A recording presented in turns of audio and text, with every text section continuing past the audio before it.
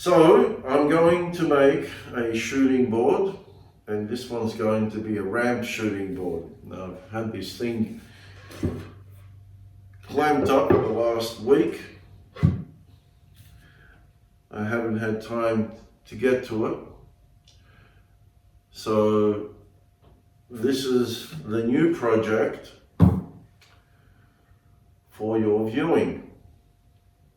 The question is, why would I want to make a ramped shooting board?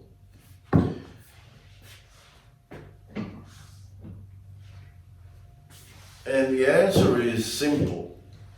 I want to utilize the entire width of the blade. Now, this isn't a new concept.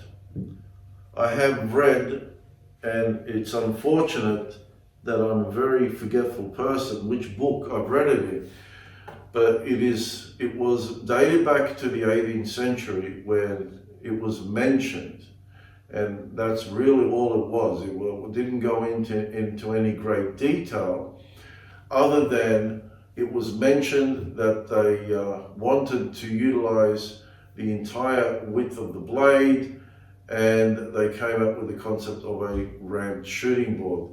Now, I don't believe it was common back then, but I think Bob Rosiewski, he would know.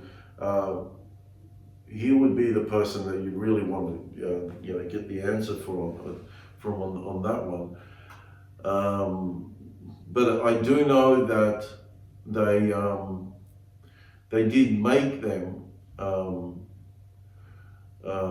whether in abundance or not. They did make them in the 19th century. So the question is, what degree or what height should be the ramp? And it all comes down, I believe, it all comes down to the thickness of the board that you're going to use will determine the height of what the ramp should be. Because the thinner the board, the more material it can remove. Because don't forget, you're placing material on top, and then depending on the thickness of that material will determine whether or not you are shooting within the width of the blade or the blade's range or not. So this is the thing that you have to take into account, that you cannot use anything above an inch in thickness.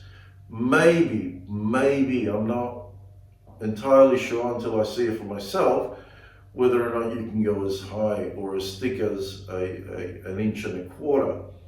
But I think an inch and less is really what it's intended for. And in reality, we're not using material that's any thicker than that. So the regular shooting board that I have, which is this one here, I will still keep this, and I'm going to use it for materials that that are 2 inches thick, and anything above that, I can go as high as, I believe I can go as high as 2 and a quarter. But anything thicker than that, I will just do it manually by hand, which isn't a problem for me, but for many people it would be a problem, because the skill set isn't there to do it. It's just a matter of practice until you master it. So, and let's face it, not everyone, majority of the people that watch woodworking on YouTube or whatever tube, don't practice it full time. You know, they're hobbyists, and life gets in the way, and you don't have time to hone your skills. So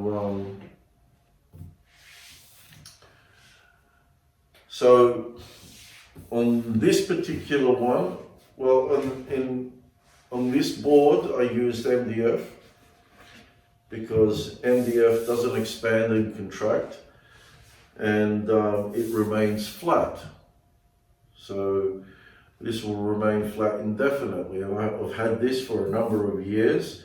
With this particular one, I've put in a fence here, and it helps to stop the plane, this particular plane, from moving out this way.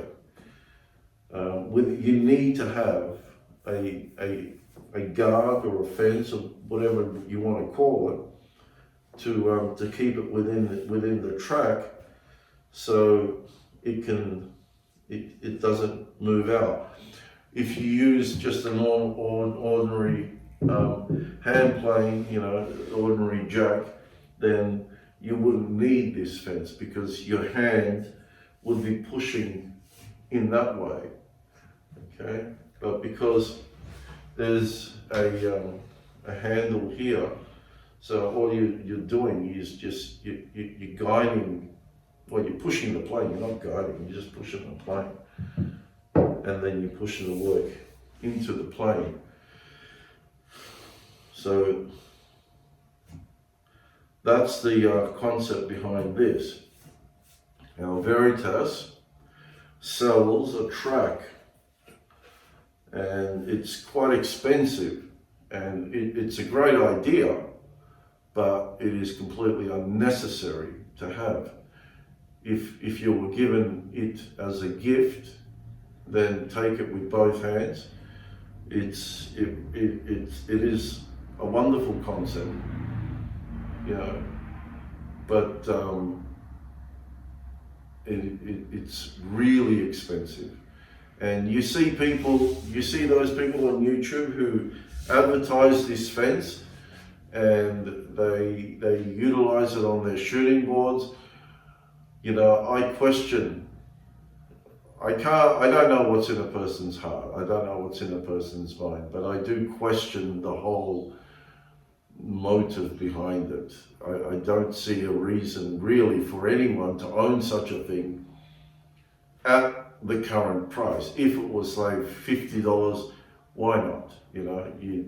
Why not? You'd buy it and install it, and then the plane would just glide. But I've never had hang-ups in using this method. It still glides really nicely.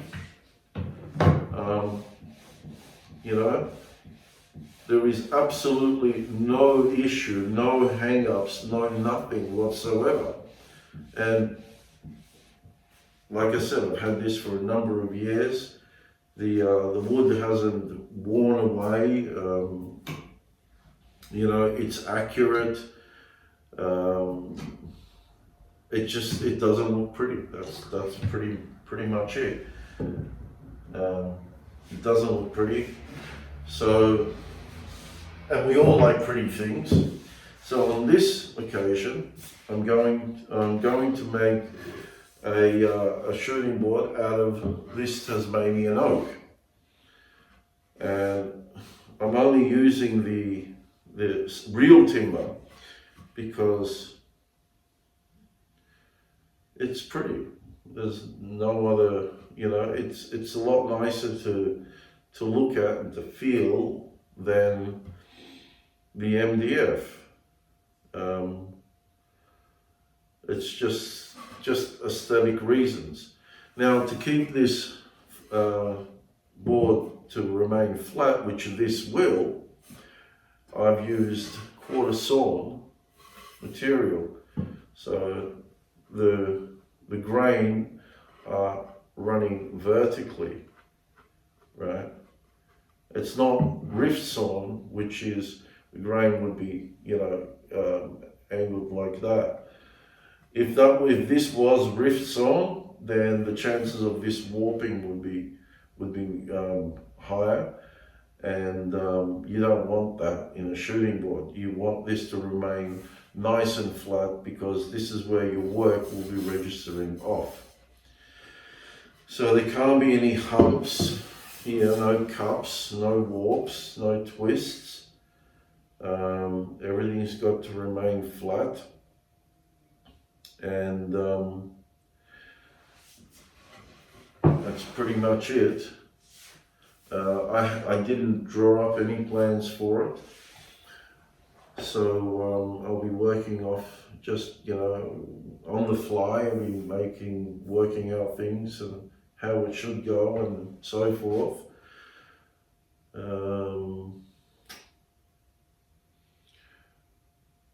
Just exactly how much of a degree should the ramp be,